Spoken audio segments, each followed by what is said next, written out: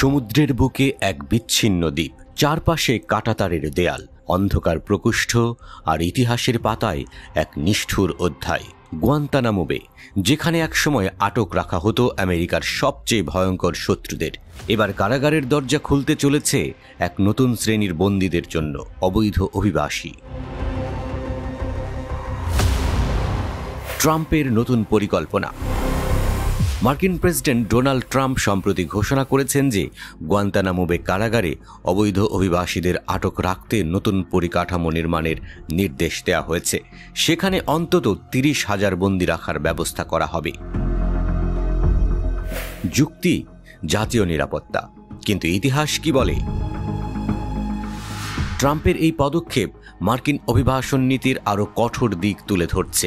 2002 সালে প্রতিষ্ঠিত গুয়ান্তানামো বে কারাগারটি মূলত সন্ত্রাসী সন্দেহভাজনদের আটক রাখার জন্য ব্যবহৃত হতো, কিন্তু সেখানে বন্দীদের উপর বর্বর অত্যাচার ও মানবাধিকার লঙ্ঘনের অভিযোগ বারবার উঠেছে। গুয়ান্তানামো বন্দীদের জন্য এক নরক।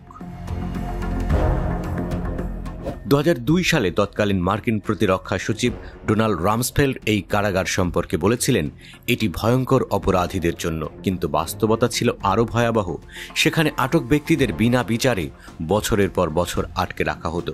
গোপন নির্যাতন, জিজ্ঞাসাবাদ এবং অবর্ণনীয় শারীরিক ও মানসিক নির্যাতন চালানো হতো বন্দীদের উপর। অনেকেই এই কারাগারের সঙ্গে নাৎসিদের কনসেন্ট্রেশন ক্যাম্পের তুলনা করেছেন।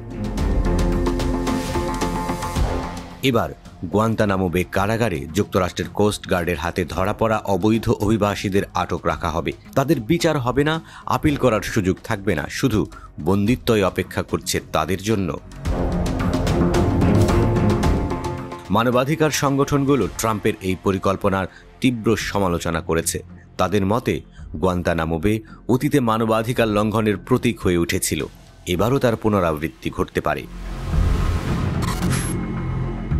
কিউবার প্রেসিডেন্ট মিগুয়েল দিয়াজ কানেল বারমুদেজ এই সিদ্ধান্তকে নৃশংস আখ্যা দিয়ে বলেছেন, যুক্তরাষ্ট্র দখলকৃত কিউবান ভূমিকে বন্দি শিবির বানাচ্ছে, যেখানে হাজার হাজার মানুষকে বিনা বিচারে আটকে রাখা হবে।